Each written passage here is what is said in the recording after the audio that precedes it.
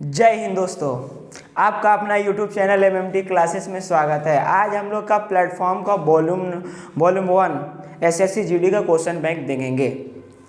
अब आइए क्वेश्चन पे आते हैं। क्वेश्चन नंबर 51 में क्या कह रहा है कि 51 में कह रहा है कि मनोज 20 किलोमीटर और 36 किलोमीटर दूरियां क्रमशः 5 घंटे तथा 3 घंटे में तय करते हैं। तो संपूर्ण यात्रा के मनोज का औसत गति क्या होगा? औसत गति हमसे पूछ रहा है। तो औसत गति बराबर क्या होता है? कुल दूरी अपॉन कुल समय। क्या होता है? कुल दूरी अपॉन कुल समय।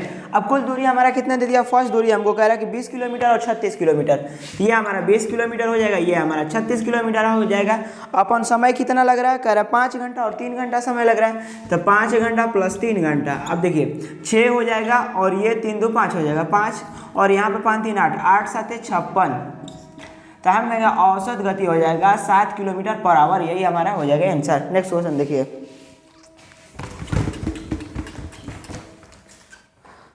क्वेश्चन नंबर 52 क्या कह रहा है कि मोहित सुमित क्रमशः 66,000 और 84,000 निवेश के साथ व्यापार शुरू करते हैं। यदि वर्ष के अंत में 11:9 के लाभ कमाते हैं तो उनके द्वारा निवेश की गई पूंजी की समय अवधि क्या होगा?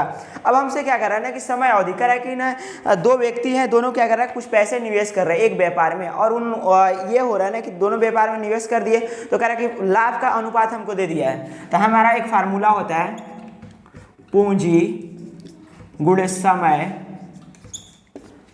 अपन दूसरे आदमी का पूंजी गुणे समय बराबर लाभ अपॉन लाभ होता है। यह हमारा फार्मूला होता है। अब देखिए पहला क्या करा? पहला करा 66,000, दूसरा 84,000। ये हमारा कर रहा है 66,000 और समय हमको नहीं पता है तो T1 मान लेते हैं। ये 84,000, समय नहीं पता है तो T2 मैंने मान लिया। और लाभ का अनुपात कितना है? 11:9 दे रहा है, यानी 11:9 हमको ऐसे दे रहा है। अब ये 3 0 से 3 0 कट जाएगा, 11 6 का 66 हो जाएगा, 6 के हम 6 6 24 हो जाएगा। अब कटेगा? ये नहीं कटेगा। तो अब क्या करिए? T1 अपॉन T2 बराबर कितना हो जाएगा? 14/9। यही हमारा क्या हो जाएगा? समय का रेशियो हो जाएगा। हम कहेंगे T1 14 महीना लगाया और T2 कितना? 9 महीना का समय लगाया। नेक्स्ट क्वेश्चन देखिए।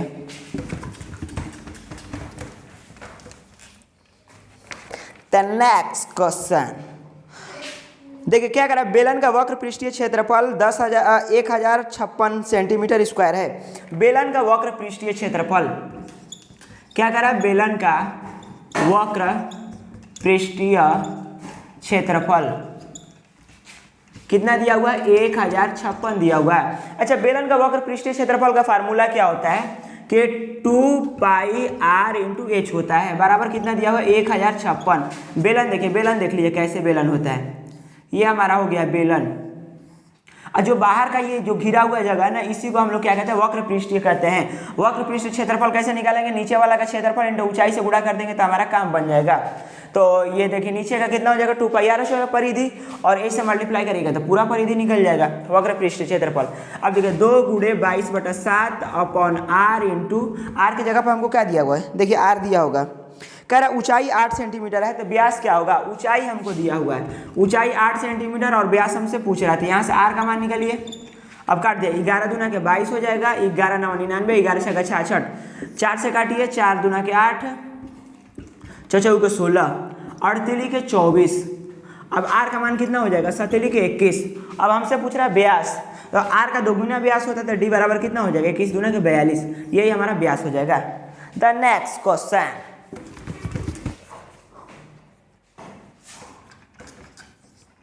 क्वेश्चन नंबर 54 देखिए। 54 में क्या कह रहा है कि मजदूर एक कार्य का 1/3 27 दिन में पूरा कर सकता है, तो कितने मजदूर पूर्ण कार्य को 9 दिन में पूरा करेंगे? अब एक मजदूर है, 18 मजदूर है, 18 लेबर है, और क्या कर रहा है कि करने 1/3 काम जो है ना 27 दिन में पूरा कर दे रहा है। तो एक काम 1/3 काम 27 दिन में, तो एक काम निकालेंगे तो कितना हो जाएगा? टोटल वर्क निकालेंगे तो 3 से मल्टीप्लाई कर दीजिए तो 7 लिखे 21 के 1 2 कैरी और 3 दूना के 6 6 2 8। हम 81 दिन में ये क्या करेंगे ना टोटल काम कंप्लीट कर देंगे 18 मजदूर। तो देखिए होता है M1 D1 बराबर m2d2, ये हमारा फार्मूला होता है। आदमी डे तो 18 आदमी है तो 18 आदमी पुट कर दिया, कितना दिन ले रहा है 81 दिन ले रहा है। और आगे आप क्या कर रहे हैं, आगे कराना है कि तो कितने मजदूर पूर्ण कार्य को 9 दिन में पूरा कर देंगे, कितने मजदूर इसमें लगाया जाए ताकि ये पूर्ण 9 दिन में कंप्लीट हो जाएगा। तो देखिए 9 81 हो जाएगा, 9 8 72 के 2 7 9 7 कितना हो जाएगा 16। तो हम कहेंगे m2 बराबर कितना हो जाएगा 162। हम कहेंगे 162 आदमी मिलकर क्या करेंगे, पूरा टोटल काम समाप्त कर देंगे। द नेक्स्ट क्वेश्चन नंबर 55 देखिए, 55 में क्या कर रहा है ना कि एक दिन में 4 घंटा कार्य करके आर एक कार को 12 दिन में समाप्त करता है। एक आदमी आर है जो 12 दिन में समाप्त करता है, एक दिन में 4 घंटा काम कर रहा है। तो हम कहेंगे 12 में अगर 4 से मल्टीप्लाई कर देंगे तो हमारा पता चल जाएगा कि अगर एक दिन वो काम एक दिन में 1 घंटा काम करता है तो टोटल काम कितना दिन को उसको समय लग जाएगा। तो 4 घंटा इंटू 12 कर देंगे। फिर एक क्या कर रहा है ना कि एक दिन में 8 घंटा काम कर रहा है और 9 दिन में काम को कंप्लीट कर रहा है। तो हम कहेंगे ना कि अगर हम 8 में 9 से मल्टीप्लाई कर देंगे तो हमारा ये पता चल जाएगा ना कि एक दिन में अगर 1 घंटा काम करेगा तो टोटल कितना दिन में वो काम कंप्लीट कर देगा। तो देखिए 8 9 72 हो जाएगा, ये वर्षों 48 हो जाएगा। दोनों का एलसीएम लीजिएगा, एलसीएम ले जाए तो कितना आ जाएगा 144 आ जाएगा। 48 नहीं कितना होता है 144 होता है, 72 दूना 144 होता है। अब कह रहा ना कि क्वेश्चन में क्या कह रहा है कि एक दिन में 2 घंटा कार्य करे तो आर और ए दोनों मिलकर उस कार्य को कितना दिन में समाप्त कर देंगे। आर तथा ए दोनों मिलके 144, टोटल वर्क 44 हो गया। ये एक दिन में 3 काम करेगा, ये 2 काम करेगा। तो हम कहेंगे 3 में 5, हम कहेंगे 5 काम करेंगे। 1 घंटा अगर काम करेंगे तो एक दिन में ये 5 काम करेंगे, मगर ये कह रहा है 2 घंटा काम करे तो यहाँ पे 2 से मल्टीप्लाई करना पड़ेगा। अब कर दीजिए 7 2, तो हम कहेंगे 72/5 दिन में ये टोटल काम करेंगे, कंप्लीट कर देंगे। नेक्स्ट क्वेश्चन देखिए, क्वेश्चन नंबर 56 में ना हमारा ये चार्ट दिया हुआ है। अब ये चार्ट में ये कह रहा है ना कि 7 राज्य में क्या हो रहा है ना बर्फबारी हो रहा है। उसका हर एक प्रत्येक राज्य का ये औसत दिया हुआ कि कितने राज्य में कितना % बारिश हुआ, औसत दिया हुआ कितना % बर्फबारी हुआ। तो अब हमसे देखिए क्वेश्चन में कह रहा है यदि देश द्वारा प्राप्त बर्फबारी 700 सेंटीमीटर है, यानी टोटल 7 देश मिला के 700 बर्फबारी हुआ है, 700 सेंटीमीटर बर्फबारी हुआ है और टोटल इसमें ये कितना है 100% है। तो हम कहेंगे 100% बराबर कितना हो जाएगा 700 सेंटीमीटर। तो ये कट जाएगा तो हम कहेंगे 1% बराबर कितना हो जाएगा 7 सेंटीमीटर। हमसे क्वेश्चन में क्या कह रहा है S2 S6 और S7 का औसत बर्फबारी कितना हो जाएगा। तो हमको कह रहा है S2 प्लस S6 और प्लस S7 का औसत बर्फबारी कितना हो जाएगा। तो S2 कितना है, S2 15 है और S6 कितना है 14 है और S7 कितना है 25 है। अपॉन 3 जोड़ दिया, 5 4 9 9 5 14, 14 के 4 कैरी 1, 3 4 1 5 अपॉन 3 कर दिए, 3 1 3 3 8 24। तो हम कहेंगे 18% काम का मान पूछ रहा है। तो 1% बराबर कितना है 7 है, तो 18% बराबर कितना हो जाएगा 126 हो जाएगा। हम कहें 126 सेंटीमीटर इसका आंसर आ जाएगा। 18 7 कितना होता है 126 होता है, यही हमारा आंसर हो जाएगा। क्वेश्चन नंबर दूसरा देखिए,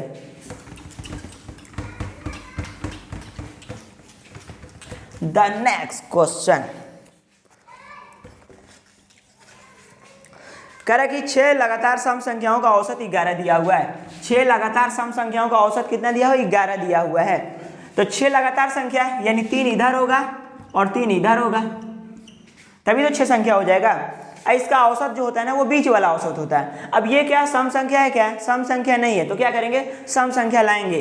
तो इधर 1 बढ़ जाएंगे, 1 बढ़ेंगे तो कितना हो जाएगा ये 12 हो जाएगा। इधर 1 घटा देंगे तो कितना हो जाएगा ये हो जाएगा 10, ये हो जाएगा 8, ये हो जाएगा 6 और ये कितना हो जाएगा 14, ये कितना हो जाएगा 16। तो हम कहेंगे टोटल हमारा यही सम संख्या था, यही सम संख्या था। 6 से स्टार्ट हुआ 16 तक चला गया। तो हमसे क्या कह रहा है कि सबसे छोटी सम संख्या कौन सी होगी। तो सबसे छोटी संख्या कौन सा है 6 हो जाएगा, यही हमारा आंसर हो जाएगा। नेक्स्ट क्वेश्चन देखिए,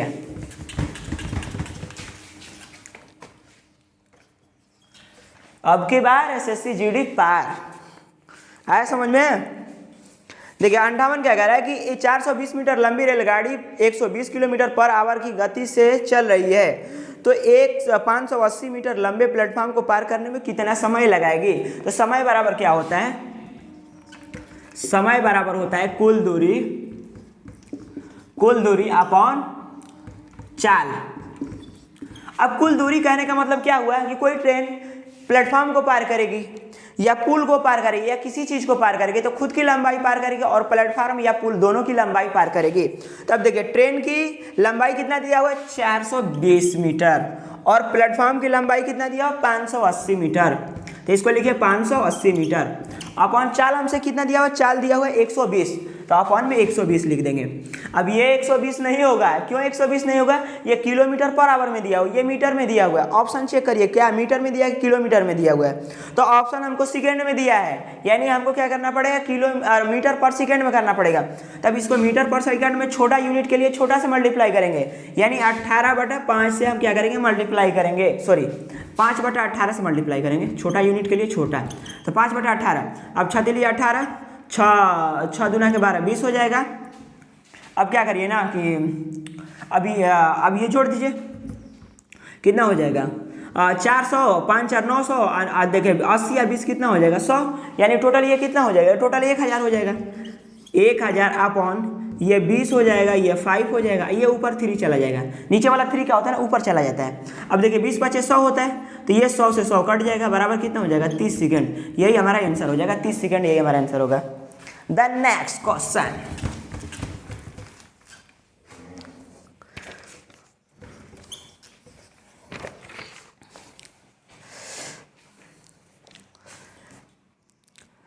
क्वेश्चन नंबर 59 देखिए, कह रहा है कि 10,000 की राशि साधारण ब्याज से 15% की वार्षिक दर से P वर्षों में 16,000 हो जाती है। अब कह रहा है 16,000 हो जाती है, प्रिंसिपल हमको कितना दे दिया हुआ 10,000 दिया हुआ है और कह रहा है कि 16,000 हो जाती है। हो जाने का मतलब क्या होता है, वो मिश्रधन कहलाता है।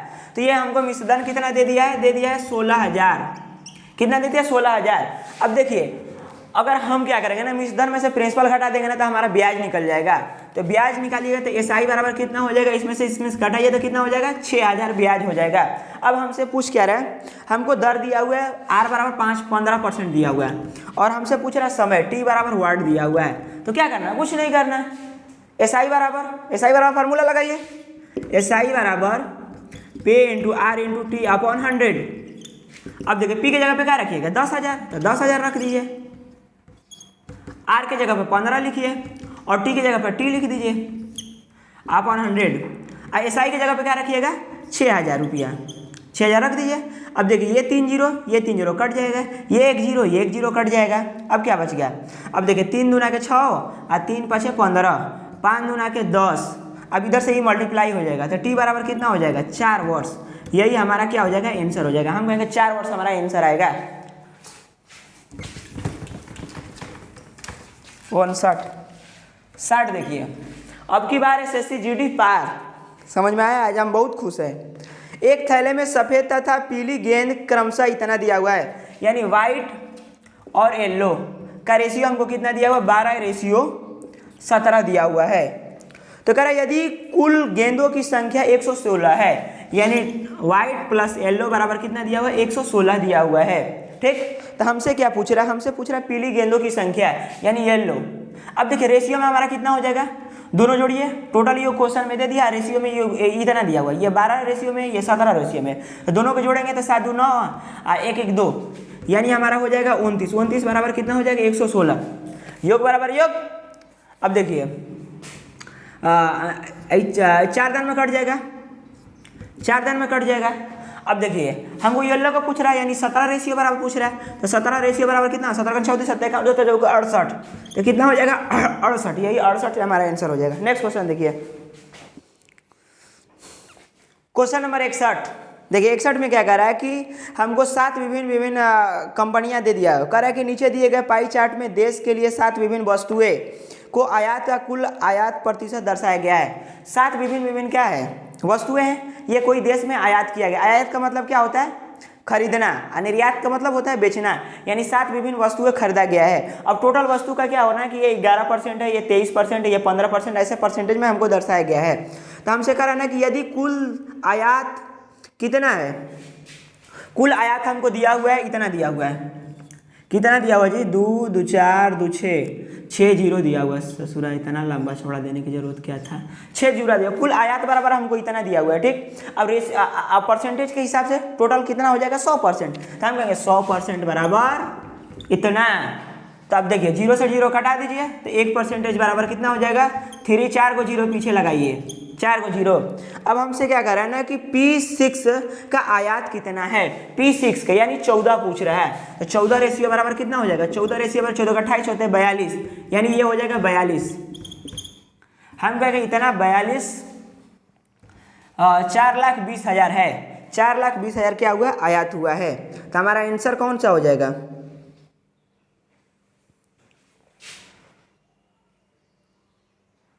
P6।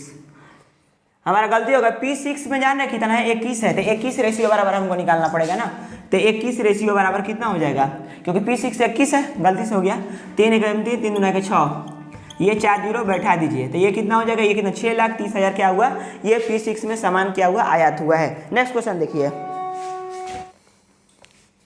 Question number 62। Question number 62 में क्या करा है कि नीचे दिए गए बार चार्ट में 7 क्रमागत वर्षों Y1 Y2 3 Y7 तक के लिए देश का कुल निर्यात को दर्शाया गया है। तो ये कुल देश को निर्यात में दर्शाया गया है। तो कह रहा है कौन सा वर्ष पिछले वर्ष की तुलना में निर्यात में सबसे अधिकतम बदलाव प्रतिशत रहा, कौन सा देश जो है ना पिछले वर्ष के तुलना में सबसे अधिकतम प्रतिशत में रहा। अब देखिए जो छोटा रहता है ना उसी की जो आगे वाला होता है वही अधिकतम रहता है। अब अंतर देखिए, अंतर किसमें, पहले हमको क्या करते हैं ना कि सबसे पहले छोटा देखते हैं, पिछले वाला सबसे छोटा कौन है, ये है, तो इसका पॉसिबिलिटी ज़्यादा है, यानी इसके आगे वाला जो है Y2 इसका पॉसिबिलिटी ज़्यादा है। अब देखिए दोनों के बीच में डिफरेंस ज़्यादा होना चाहिए, तो दोनों के बीच में डिफरेंस कितना है, 250 का है, यहाँ पे 250 का है, यहाँ पे 200 का है, तो ये तो एकदम 100% 200 वाला तो नहीं होगा और ये भी नहीं होगा। फिर यहाँ पे क्या हो जाएगा, इसमें तो 100 का है, तो ये तो 100% नहीं होगा। अब इसमें कितना का अंतर है, ये वाला पीछे वाला छोटा होना चाहिए, यहाँ पे बड़ा हो गया, तो ये तो एकदम 100% नहीं होगा। अब यहाँ पे ये वाला छोटा है और इसमें कितना का अंतर है, 400 का अंतर है, 400 का, यहाँ पे 250। तो हम कहेंगे कि तो Y2 जा सकता है कि तो Y7 जा सकता है। तो दोनों में क्या करें, परसेंटेज निकालिए। तो देखिए ये घटाइएगा तो कितना हो जाएगा 250, ये Y2 का देखिए अंतर करिएगा तो 250 हो जाएगा, 250 और कितने पे 500 पे N 200 का दिए, ये 2 दान में कट गया, ये 50 हो गया, हम कहेंगे 50%। अब Y7 वाला निकालिए, Y7 वाला में कितने का अंतर जा रहा है, ये जा रहा है कितने का 400 का, 400 अपॉन कितना हो जाएगा 900 N 200 कर दीजिए, तो ये 0 कट जाएगा। अब ये 9 चौके 36, 9 चौके 36, 4%। अब देखिए जिसका सबसे कम होता है ना वही हमारा आंसर बनता है। इसका मतलब देखिए ये 50% हो गया, ये 44%, तो ये वाला भी हमारा नहीं जाएगा, Y2 हमारा यही आंसर जाएगा।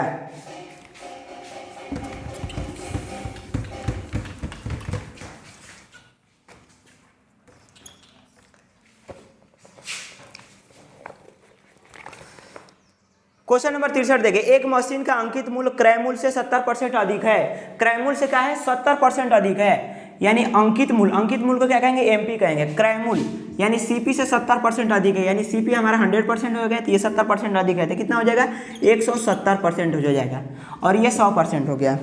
अब ये कह रहा है ना कि यदि मशीन को 44.5% लाभ पर बेची जाती है, यानी एसपी हमको दे दिया, और जब भी लाभ होता है ना तो वो क्या होता है ना क्रय मूल्य पर लाभ होता है, तो इस पे 44.5 तो यानी कितना हो जाएगा 144.5% पे क्या हुआ, बेचा गया। अब आगे देखिए क्या कह रहा है, तो कह रहा है छूट प्रतिशत क्या करिए, छूट प्रतिशत यानी इस पे हमसे बोल रहा है छूट प्रतिशत, छूट कितने का हो गया, तो देखिए कितने का हो जाएगा, इसमें से इसमें घटाइए, तो ये हो जाएगा 5.5 और ये 4 में से 1 5 जाएगा, तो 5 हो जाएगा, और ये 4 1 5 हो जाएगा, 5 में से 2 जाएगा 2 हो जाएगा।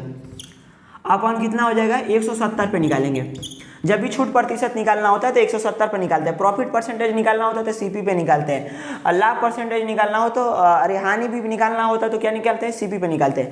N 200 कर दीजिए। अब देखिए ये 0 को नीचे लेके आइए, 00 से 00 कट जाएगा। अब इसको करिए तो 17 के हम 17 और 17 कितना हो जाएगा 17 8 बज गया 85, 17 5 85, हम कहें कितना हो जाएगा 15% का छूट दिया गया है, समझ में।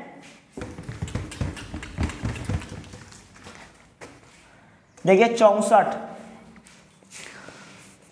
क्या कह रहा है कि किसी वस्तु का क्रय मूल्य 1126 रुपया है, सीपी क्या है 1126 रुपया है। अब कह रहा है कि तथा 22% की हानि हुई तो कुल हानि कितना होगा, पूछ रहा है हमसे हानि। हमको कितना हो गया 22% का हानि हुआ, 22% का हमको हानि हो गया। ये खरीदा कितना में था 126 रुपया में खरीदा था। तो सीपीयू को हम क्या मानते हैं 100%, जब भी परसेंटेज में पूछ देते हैं सीपीयू को हम 100% मानते हैं, यानी 100% बराबर कितना हो जाएगा 1126। तो कह रहा 22% की हानि हुई, यानी 22% घटाइए 100 में से, नहीं 22% की हानि हुई तो कह रहा है कि हानि कितना हुआ, यानी हमको 22% का मान पूछ रहा है। तो 22% का मान निकाल लीजिए 1126 अपॉन 100 इंटू क्या हो जाएगा 22। अब क्या करिए ना काट दीजिए। कैसे काटिएगा, इसको ये लिख दीजिए ना, इसको लिखिए ना कि 11 गुणे 2 लिख सकते हैं। तो पहले 11 से मल्टीप्लाई कर देंगे, फिर 2 से कर देंगे, 100 से डिवाइड कर देंगे, हमारा आसानी से आंसर आ जाएगा। 11 छः का 66 के 6 हाथ में लगा 6, 11 दूना का 22, 22 6 कितना होता है 28 के 8 कैरी 2 और 11 2 13 के 3 कैरी 1, 11 1 12 हो जाएगा। और फिर आप 2 से इसको मल्टीप्लाई करिए, अपॉन 100 कर दीजिए। तो ये कितना हो जाएगा 6 दूना के 12 के 2 कैरी 1 और 8 दूना का 16, हाँ 8 दूना का 16 1 17, 3 दूना के 6 1 7 हो जाएगा, 2 दूना के 4 हो जाएगा, 1 का 1 हो जाएगा। अब इसको 100 से डिवाइड करिए तो कितना हो जाएगा 100 से डिवाइड करिएगा तो 14147.72, यही हमारा आंसर आ जाएगा। दूसरा क्वेश्चन देखिए,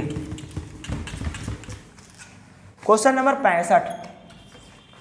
65 क्या कह रहा है, एक संख्या को 40% बढ़ाया जाता है, एक संख्या को 40% बढ़ाया जाता है, यानी मान लीजिए ये संख्या कौन सा है, माना संख्या 100% है, ये हमारा फर्स्ट संख्या 100% कह रहा है, इसको 40% बढ़ाया जाता है। तो 40% बढ़ा दीजिए तो कितना हो जाएगा, ये 140% हो जाएगा। अब कह रहा है ना कि जो परिणामी संख्या को 25% घटा दीजिए, जो परिणामी ये संख्या है इसमें से कह रहा है ना कि 25% क्या करिए घटा दीजिए, 25% घटा दीजिए। तो इसका 25% घटाइएगा तो कितना हो जाएगा, इसका 25% कितना हो जाएगा, 25% का मतलब क्या होता है 1/4 होता है। 25% को 1/4 लिखते हैं, क्योंकि 25% हटाइएगा तो 100 हो जाएगा, 25 चौके 100 हो जाएगा। अब इसमें देखिए 4 से डिवाइड करिए तो 4 6 का 24, ये कितना हो जाएगा 4 3 12 4 5 20, यानी 35, इसका 25% 35 हो जाएगा। 140 में से 35 घटाइएगा तो कितना हो जाएगा 105 हो जाएगा। अब आगे हमसे क्या पूछ रहा है, हमसे पूछ रहा है कि तो कितने प्रतिशत की वृद्धि हुई, कितने प्रतिशत की वृद्धि हुई, तो 5% का, क्योंकि पहले 100 था अब हो गया 105, यानी हमारा 5% का वृद्धि हुई। नेक्स्ट क्वेश्चन देखिए, क्वेश्चन नंबर 66 दिया हुआ है। अब इतना बराबर हमसे क्या कर रहा है, व्हाट पूछ रहा है, क्या होगा। ये हम देखिए पर डे सेट में ये क्वेश्चन आ रहा है, पर डे सरलीकरण, इसको बोला जाता है सरलीकरण, इंग्लिश में बोला जाता है सिम्प्लीफिकेशन। ये पर डे हर सेट में 2 क्वेश्चन है, ये क्वेश्चन बैंक है, प्रीवियस ईयर है। तो आपको क्या करना होगा ना कि ये वी बोर्ड मास पे कमांड बहुत जबरदस्त रखना होगा। अब देख लीजिए आपका काम क्लियर हो जाएगा। वी बोर्ड मास क्या होता है, वी बोर्ड मास, बी का मतलब ब्रैकेट बार हो जाएगा, बी का मतलब ब्रैकेट हो जाएगा, ओ मतलब का हो जाएगा, डी मतलब डिवाइड हो जाएगा, एम मतलब मल्टीप्लाई हो जाएगा, ए मतलब योग हो जाएगा, एस का मतलब सब्ट्रैक्शन हो जाएगा। अब देखिए तो ये 680 है, ये कितना है देखिए, माइनस से पहले हमें क्या करना होगा, माइनस से पहले सब्ट्रैक्शन से पहले डिवाइड करना होगा, यानी 520 अपॉन 5 करना होगा, माइनस 22 12 13। अब देखिए पहले का काम करना होगा, का से देखिए ऑफ का मतलब होता है का, इससे पहले ब्रैकेट थे, यानी पहले ब्रैकेट का काम करना होगा। तो ब्रैकेट का काम करिए, तितली का 9 4 1 4 9 4 13, 13/12 हो जाएगा, आ जाएगा ये 13/12। तो यहाँ पे कर दिए 13/12। अब इसको ये कट जाएगा और ये वाला ये कट जाएगा, ठीक। तो यहाँ पे क्या बच गया, फाइनली 1 बच गया, इसको काटिए, 5 1 5 5 चौके 20, यानी ये हो गया 104। तो अब क्या करिए ना 104, ये एक 105 हो जाएगा। तो 680 माइनस 105, अब घटाइए तो कितना हो जाएगा 5 हो जाएगा, और यहाँ पे 1 हो जाता है, ये 7 हो जाएगा और ये 6 हो जाएगा। हमारा फाइनली आंसर आ जाएगा 675, यही हमारा आंसर होगा। क्वेश्चन नंबर 67 देखिए, 66 में भी यही बताया था, 67 में भी यही पूछ दिया, सिम्प्लीफिकेशन से। ये एसएससी वालों का ना ये इससे प्यार है, मोहब्बत है सरलीकरण से, ये क्वेश्चन बार बार पूछ रहा है। तो आपको क्या करना होगा ना कि इस पे कमांड बहुत जबरदस्त रखना होगा। अब इसको भी वी बोर्ड मास, ये आपको समझ में आ रहा है ना, तो ये आसानी से कर दीजिएगा। अब देखिए ये 528 है, माइनस से पहले क्या, सब्ट्रैक्शन से पहले मल्टीप्लाई है, यानी पहले मल्टीप्लाई होगा। तो -24 लिख दिया, मल्टीप्लाई 3/4 लिख दिया, क्यों 4/3 लिख दिया। देखिए मल्टीप्लाई से पहले ऑफ मतलब का है, यानी मल्टीप्लाई से पहले ओ है, यानी पहले ओ का काम होगा। तो ओ का काम कैसे होगा, ओ का मतलब ओ को हटा दीजिए, का मतलब गुणा होता है, गुणा लिख दीजिए, ये 25/7 कर दीजिए। तो पहले इसका काम करिए। अब देखिए ये डिवाइड है, तो डिवाइड को क्या करिए अब इतना करने के बाद आप डिवाइड करिएगा तो इसको क्या करिए ऊपर पलट के लिख दीजिए, कोई फर्क नहीं पड़ने वाला है। अब देखिए ये हो जाएगा 3 8 24 और कुछ कट रहा है 25 चौके 100, 25 चौके 100, 8 8 दूना का 1600, हम कहेंगे 528 माइनस 1600 अपाउन 7 हो जाएगा, है समझ में। अब इसको मल्टीप्लाई कर दीजिए तो 7 8 56, 7 8 56 के 6, 5 7 दूना का 14, 14 5 19 के 9 और एक हो जाएगा 7 7 5 35 और 35 1 36, 3600 माइनस 1600 अपॉन कितना हो जाएगा 7। अब घटाइए तो ये 96 का 96 हो जाएगा, ये 6 0 हो जाएगा, ये 2 हो जाएगा, तो हम कहेंगे 20 96 अपॉन 7 यही हमारा आंसर हो जाएगा। नेक्स्ट क्वेश्चन देखिए,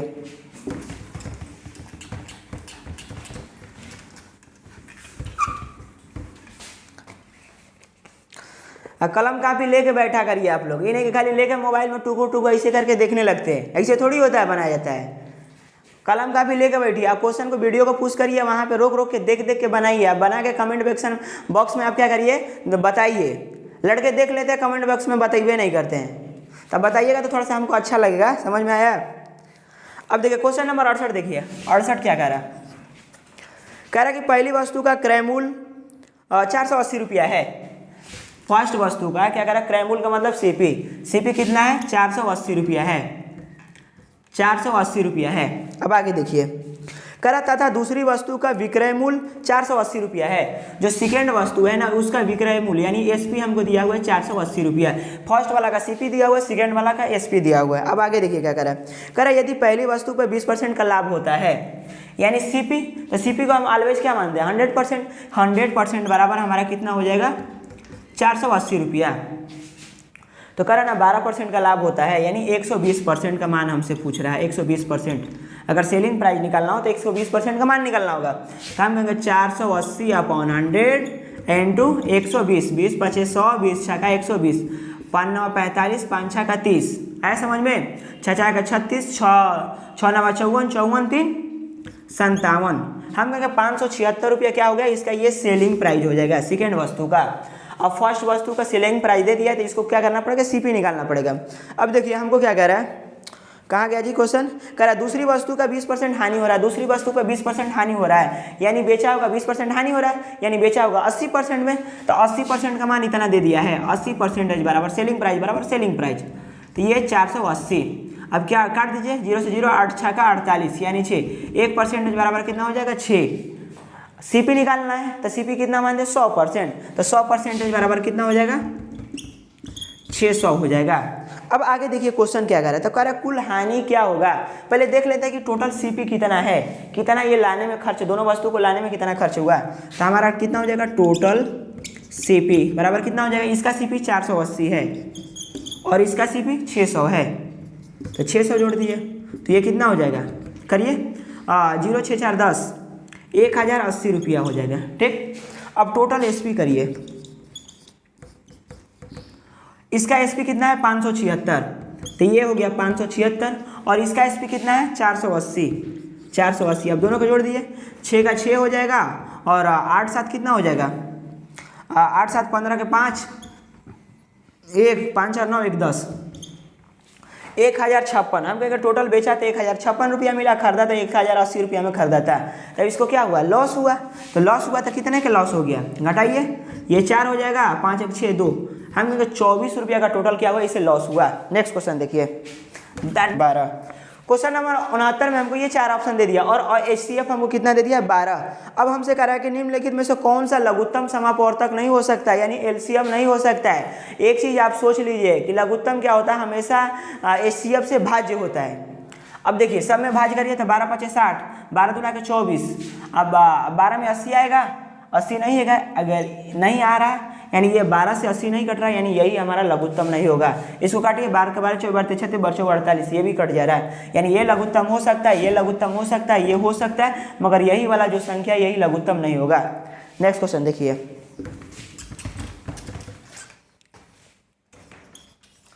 देखिए क्वेश्चन नंबर 70, कह रहा है दो त्रिभुजों का अनुपात क्षेत्रफलों का अनुपात दे दिया है, एरिया का अनुपात कितना दिया हुआ है 6:1 हमको दे दिया है एरिया का अनुपात, कह रहा है उनके आधारों का अनुपात दिया हुआ है। अच्छा देखिए त्रिभुज का क्षेत्रफल बराबर क्या होता है 1/2 आधार गुणे ऊंचाई होता है, 1/2 आधार गुणे ऊंचाई होता है। तो आधार हमको तो कितना दिया हुआ है, 3:2 दिया हुआ है, यानी पहला का आधार 3 हुआ है तो दूसरा का आधार कितना हो जाएगा, 2 हो जाएगा। 3:2 दिया हुआ है तो यहाँ पे 3 लिखेंगे आधार। ऊंचाई का अनुपात पूछ रहा है तो इसको h1 मान लेंगे।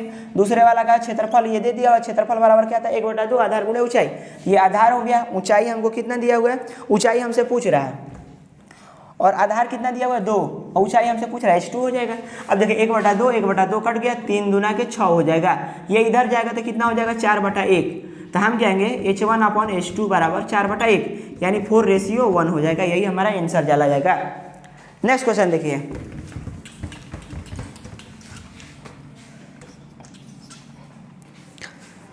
कर किसी राशि के 4 वर्षों का साधारण ब्याज 24,000 रुपया है तथा समान राशि की समान की ब्याज की दर से 2 वर्ष का चक्रवृद्धि ब्याज 12,750 रुपया है, तो ब्याज की वार्षिक दर ज्ञात करें।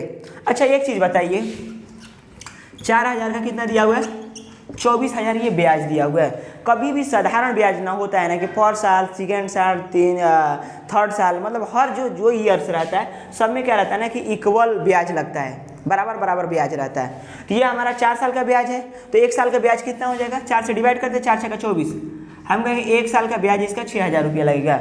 अब हमसे आगे क्या कह रहा है, हमसे कह रहा है कि 2 वर्ष का चक्रवृद्धि ब्याज। अब जैसे हमको चक्रवृद्धि ब्याज का नाम लिया ना, समय 2 वर्ष दे दिया, तो हम कहेंगे रेखा मेथड लगाएंगे, ऐसे खींचेंगे, ये 2 खाना बना देंगे। अब देखिए जो इसी धनराशि पे कह रहा है, इसी ब्याज के दर से कह रहा है, यानी 1 वर्ष का 6,000 रुपया लगा होगा, तो चक्रवृद्धि ब्याज भी 1 साल का 6,000 रुपया लगा होगा। और फर्स्ट साल का क्या होता है, इंस्टॉलमेंट, कोई ब्याजों पे ब्याज नहीं लगता, तो यहाँ पे 0 लिख देंगे। अब देखिए यहाँ पे 6,000 लिखते हैं, तो यहाँ पे भी हमको क्या लिखना पड़ता है, 6,000 लिखना पड़ता है। अब क्या होता है ना कि 6 6 12,000 हो गया। अब कह रहा ना कि दूसरे वर्ष का, कह रहा है 2 वर्ष का चक्रवृद्धि ब्याज 12,750 रुपया हो गया, तो 6,000 12,000 हो गया। यहाँ 750 रुपया लिख देंगे, तो हमारा 2 साल का क्या हो जाएगा, चक्रवृद्धि ब्याज क्वेश्चन के हिसाब से मैच कर जाएगा। तो 2 साल का बगैर दे कितना, 12,750, तो 6,000 12,750 हो जाएगा। तो हमसे कह रहा है ना ब्याज की वार्षिक दर ज्ञात करें। दर आर हमसे पूछ रहा है, तो आर जब भी पूछेगा ना तो ये नीचे वाला लिखेंगे, और जस्ट इसके ये वाला लिखेंगे, फिर इसके बाद ये वाला नीचे लिख देंगे। तो 750 अपॉन कितना हो जाएगा, ये 6,000 एंड 200 कर देंगे। ये 00 से 00 कट जाएगा, ये 0 से 0 कट जाएगा। अब काट दीजिए, कितना हो जाएगा, 12% हो जाएगा। 6 कम 6 6 दूना का 12 30 हो जाएगा, 6 5 30, 12.5% क्या आ जाएगा, वार्षिक दर हो जाएगा। यही हमारा आंसर हो जाएगा। देखिए क्वेश्चन नंबर 72 देखिए क्या कह रहा है, एक दुकान में 60 वस्तुएं हैं, 30 वस्तु का औसत मूल्य 30 रुपया है, यानी 30 क्वांटिटी ये दर्शा रहा है, 30 वस्तु का औसत मूल्य 30 रुपया है। फिर आगे क्या कह रहा है, कह रहा तथा शेष वस्तु, तो टोटल वस्तु कितना था, 60 था, अब 30 वस्तु का 30 है, तो यानी और 30 बचा होगा, तो 30 वस्तु यहाँ पे फिर लिख दिया। कह रहा 30 वस्तु का जो शेष वस्तु का औसत मूल्य 35 रुपया है, तो इसके नीचे लिख दिया औसत, ये एवरेज मैंने लिख दिया, और ये क्वांटिटी लिख दिया, वस्तु की संख्या। अब देखिए जब भी हमको औसत निकालना रहता है, टोटल का मिक्सअप हमसे बोल रहा है औसत निकालने के, तो हम क्या करें, जो क्वांटिटी रहता है ना उसका रेशियो निकाल लेता है। 30 काटिएगा तो कितना हो जाएगा, 1:1 हो जाएगा। ठीक, अब हमसे पूछ रहा है टोटल का औसत, तो औसत बराबर क्या करेंगे, औसत, टोटल का औसत हमसे पूछ रहा है, तो ये 30 हो जाएगा, और कितना, एक वस्तु का 30 रुपया है, तो इंटू 1 कर देंगे, करेंगे एक वस्तु का 35 रुपया है, यानी 35 इंटू 1 कर देंगे, एक वस्तु, तो टोटल कितना वस्तु हो जाएगा, 2 वस्तु हो जाएगा, तो यहाँ पे 2 से डिवाइड कर देंगे। अब जोड़िए कितना हो जाएगा, 5 के हम 5, 3 दूना के 65, 65/2, यानी 3 दूना के 6, 2 दूना के 4, 5 दूना के 10, हम कहेंगे 32.5 रुपया क्या हो जाएगा, टोटल का औसत हो जाएगा। यही हमारा आंसर हो जाएगा। नेक्स्ट क्वेश्चन देखिए,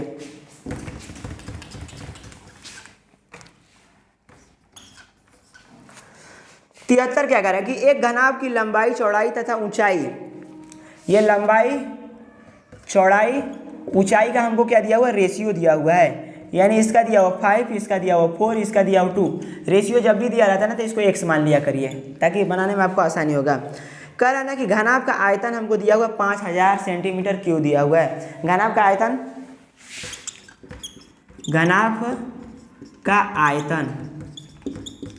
कितना दिया हुआ है, 5000 सेंटीमीटर क्यूब दिया हुआ है, ये इतना हमको दिया हुआ है। तब घनाभ का आयतन निकालेंगे तो क्या करेंगे, घनाभ का आयतन होता है लंबाई गुणे चौड़ाई गुणे ऊंचाई। तो लंबाई कितना है 5x, तो यहाँ पे 5 करिए, चौड़ाई कितना है 4x, तो 4x कर दिया, ऊंचाई कितना है 2x, तो यहाँ पे 2x लिखिए, बराबर कितना हो जाएगा टोटल 5000 रुपया हो जाएगा। अब देखिए इसको काट दीजिए, 5 एकम 5, 2 से करिए तो कितना हो जाएगा, ये 5 हो जाएगा, और फिर 4 से काटिए तो कितना हो जाएगा, 4 एकम 4 और 4 दूना 8, 4 5 20, यानी एक्स क्यू बराबर कितना हो जाएगा 125। तो एक्स बराबर कितना हो जाएगा, इसका क्यू भी निकालिएगा तो ये 5 हो जाएगा, एक्स बराबर 5 हो जाएगा। तब हमसे क्या पूछ रहा है, तो कह रहा है घनाभ का कुल पृष्ठीय क्षेत्रफल क्या होगा। घनाभ का कुल पृष्ठीय क्षेत्र एक्स बराबर कितना है 5, तो इसका वास्तविक लंबाई कितना हो जाएगा, 5 से 5 में मल्टीप्लाई करेगा तो कितना 25 हो जाएगा। इसमें 4 से 5 से मल्टीप्लाई करेगा तो कितना 4 5 20, तो ये 20 हो जाएगा। 5 में अगर 2 में 5 से मल्टीप्लाई करेगा तो कितना हो जाएगा 5 गुना 10, तो हम देखेंगे इसका वास्तविक लंबाई 25 हो जाएगा, वास्तविक चौड़ाई 20 हो जाएगा और ऊंचाई कितना हो जाएगा 10 हो जाएगा। तो हमसे इसमें क्या कर रहा है, हमसे पूछ रहा है ना कि घनाभ का कुल पृष्ठीय क्षेत्रफल। तो घनाभ का कुल पृष्ठीय क्षेत्रफल कितना होता है,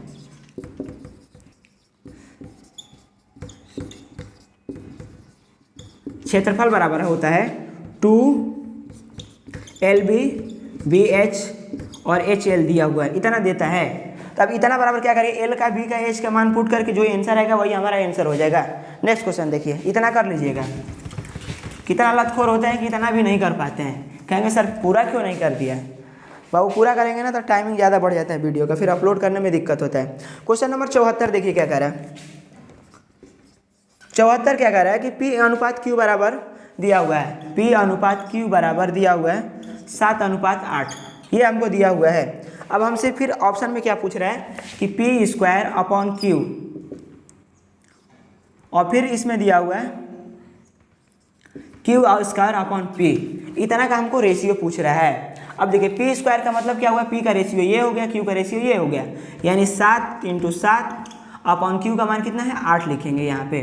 देखिए Q का मान कितना है, यहाँ पे Q का मान 8 है, तो 8 का स्क्वायर करके कितना हो जाएगा 64 हो जाएगा, तो यहाँ पे लिखिए 64। अब P का मान कितना हो जाएगा, यहाँ पे हो जाएगा 7। अब देखिए ये इधर जाके 64 में 8 से मल्टीप्लाई करिएगा तो कितना हो जाएगा 512 हो जाएगा, ऐसा करिएगा तो कितना हो जाएगा 343। तो हम कहेंगे 512 और 343 अनुपात 512, यही हमारा फाइनली आंसर हो जाएगा। नेक्स्ट क्वेश्चन देखिए, लास्ट एवं फाइनल कह रहा है कि 1400 लड़के तथा 900 लड़कियों ने परीक्षा दी है। टोटल बॉय कितने हैं 1400 हैं और गर्ल्स कितने हैं 900 हैं।